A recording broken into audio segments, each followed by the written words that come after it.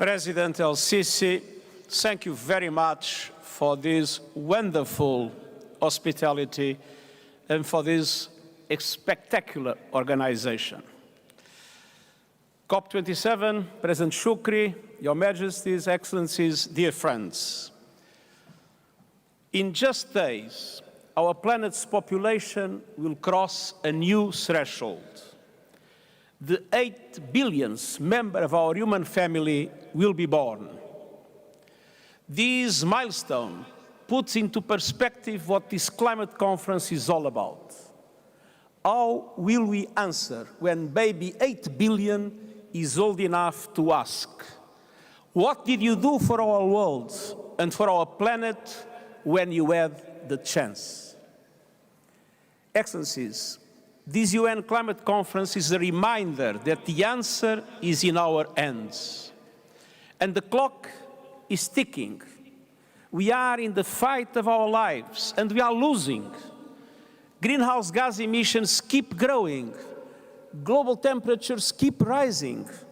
And our planet is fast approaching tipping points that will make climate chaos irreversible. We are on a highway to climate hell, with our foot still on the accelerator. The war in Ukraine, other conflicts have caused so much bloodshed and violence and had dramatic impacts all over the world. But we cannot accept that our attention is not focused on climate change. We must, of course, work together to support peace efforts and end the tremendous suffering. But climate change is on a different timeline and a different scale. It is a defining issue of our age. It is the central challenge of our century. It is unacceptable, outrageous, and self-defeating to put it on the back burner. Indeed, many of today's conflicts are linked with growing climate chaos. And the war in Ukraine has exposed the profound risks of our fossil fuel addiction.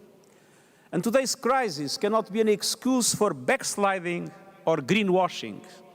If anything, they are a reason for greater urgency, stronger action, and effective accountability. Excellencies, human activity is the cause of the climate problem, so human action must be the solution. Action to re-establish ambition, and action to rebuild trust, especially between North and South. The science is clear. Any hope of limiting temperature rise to 1.5 degrees means achieving global net zero emissions by 2050. But that 1.5 degree goal is on life support, and the machines are rattling. We are getting dangerously close to the point of no return.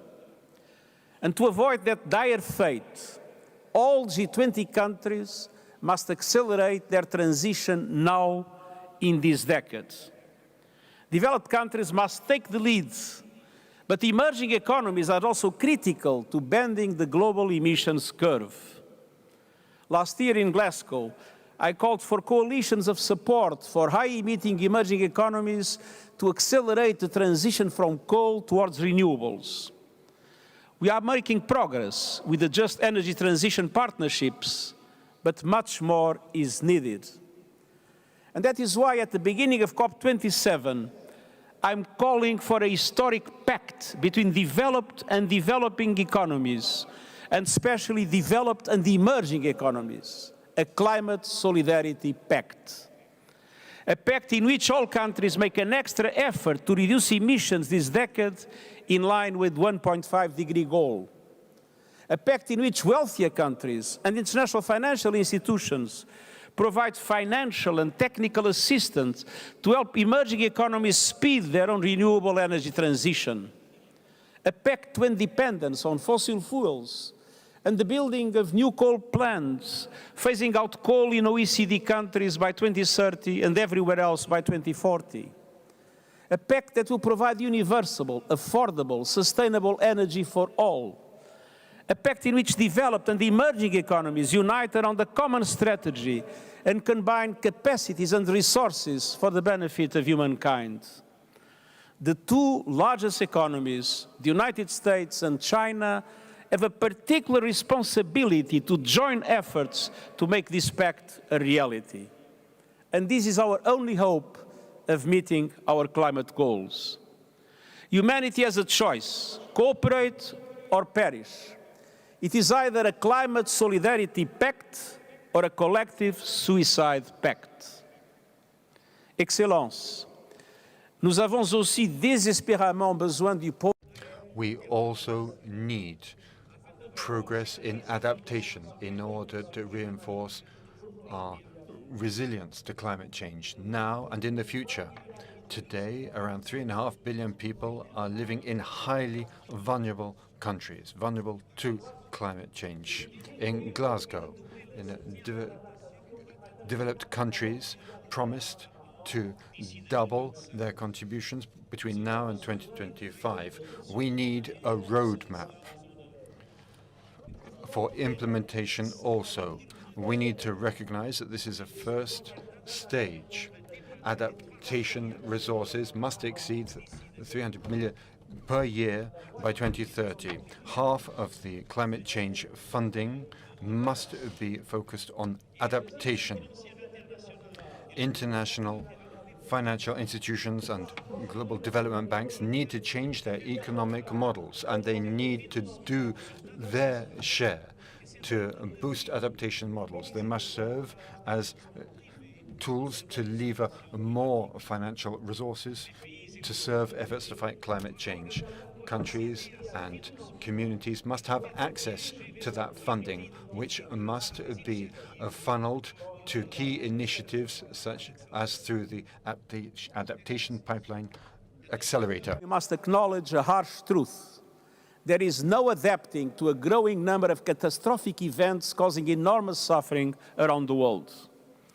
The deadly impacts of climate change are here and now. Loss and damage can no longer be swept under the rug. It is a moral imperative.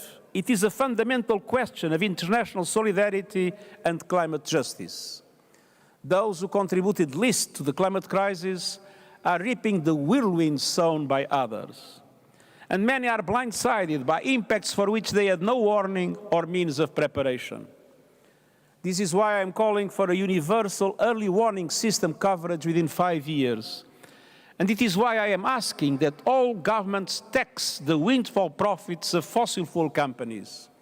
Let's redirect that money to people struggling with rising food and energy prices and to countries suffering loss and damage caused by the climate crisis. On addressing loss and damage, this COP must agree on a clear, time-bound roadmap reflective of the scale and urgency of the challenge. And this roadmap must deliver effective institutional arrangements for financing. Getting concrete results on loss and damage is a litmus test of the commitment of the governments to the success of COP27. Excellencies and friends, the good news is that we know what to do, and we have the financial and technological tools to get the job done. It is time for nations to come together for implementation. It is time for international solidarity across the board. Solidarity that respects all human rights and guarantees a safe space for environmental defenders and all actors in society to contribute to our climate response. Let's not forget that the war on nature is itself a massive violation of human rights. We need all hands on deck for faster, bolder climate action. A window of opportunity remains open, but only a narrow shaft of light remains. The global climate fight will be won or lost in this crucial decade on our watch. And one thing is certain: those that give up are sure to lose. So let's fight together and let's win for the 8 billion members of our human family and for generations to come. Thank you.